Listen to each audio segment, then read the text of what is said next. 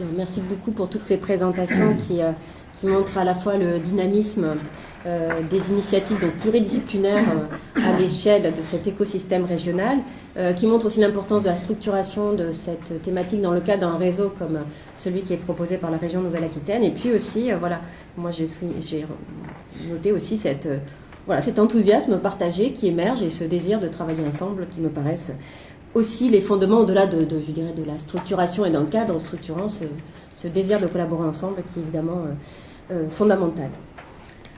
Alors, maintenant, c'est vrai que nous avons parlé beaucoup, enfin le réseau Francophonéa était au cœur des échanges et de nos discours depuis le début de la matinée. Pour autant, nous ne l'avons pas encore présenté. Et là, je passe donc la parole à Giovanni Agresti pour une brève présentation du réseau Francophonéa.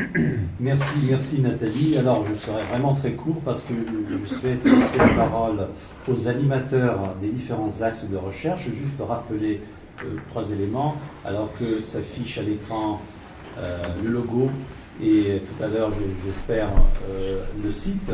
En tout cas, on ne l'a pas noté dans le programme. Le site c'est francophonéa.fr, donc je vous invite tout simplement à l'enregistrer et à les visiter. On nous a dit que c'est très intuitif, donc la navigation est d'autant plus facilitée. Merci Yael. Alors, je voulais juste mettre en relief 3 ou 4 éléments très rapidement. Alors, le premier, le choix du mot francophonie, donc F minuscule, S pluriel. Je pense que tout ce qu'on vient de dire justifie un peu ce choix. J'ajouterais, parce que peut-être on n'a pas suffisamment mis l'accent sur cet élément, que notre angle est tellement inclusif concernant la notion de francophonie. Nous considérons la langue française comme en relation permanente avec les environnements multilingues. Et il faut rappeler effectivement que la région Nouvelle-Aquitaine, en France, est pas la région la plus riche en diversité linguistique, mais en tout cas, elle est très riche parce que, je rappelle, évidemment, la langue basque et la langue occitane du Gascon, et le poitevin saintongeais, donc 3 langues régionales, 3 langues patrimoniales, 3 langues vivantes, et cela nous intéresse au plus haut point, parce que ça produit des individus multilingues. L'autre élément que je voulais souligner, c'est un peu la démarche. Comme je l'ai dit tout à l'heure, on a eu la chance et aussi la responsabilité d'être parmi les réseaux, à un peu avoir à défricher le terrain, à mieux comprendre le fonctionnement du dispositif. Et hier, lors de la réunion des différents réseaux, j'ai appris avec plaisir qu'un autre réseau avait copié Francophonéa, ne serait-ce que à propos d'une idée, c'est-à-dire une idée qui m'est venue spontanée, vraiment, au moment où j'ai pris la relève donc, de la coordination du réseau. Il y avait un besoin de partir, rencontrer des collègues dans leurs établissements.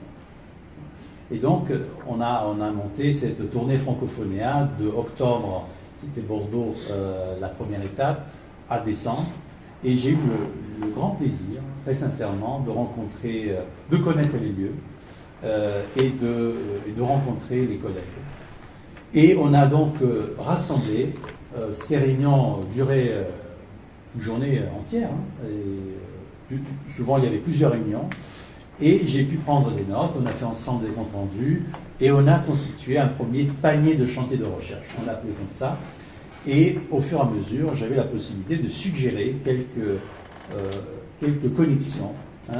Et au bout de la tournée, on a fait une synthèse qui a représenté un peu le soubassement de notre travail. Parce qu'effectivement, on faisait déjà des choses. On s'est surpris.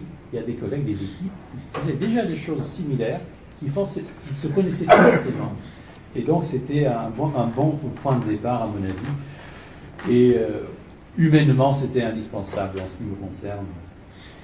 Et voilà. Et à part ça, juste rappeler, mais c'est pour la transition avec la session qui va suivre, la distribution par axe, 5 axes qui se recoupent en partie, les vases communiquent en profondeur, on peut dire, et qui résonne avec tout ce qui a été dit jusque-là.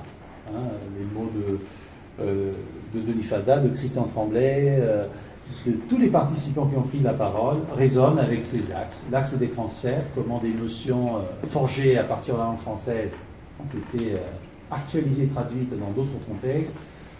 L'axe numérique, évidemment, qui est tout à fait transversal. Est-ce qu'il existe une voie francophone à la gestion, à la maîtrise de la maîtrise, comme j'aime l'appeler? L'axe éducation et plurilinguisme. On sait que la langue française est parlée partout dans le monde, dans tous les continents, et qu'elle se confronte, et elle est en dialectique avec des langues locales, avec des enjeux notamment d'Afrique subsaharienne majeurs, hein, liés au développement des sociétés et économiques.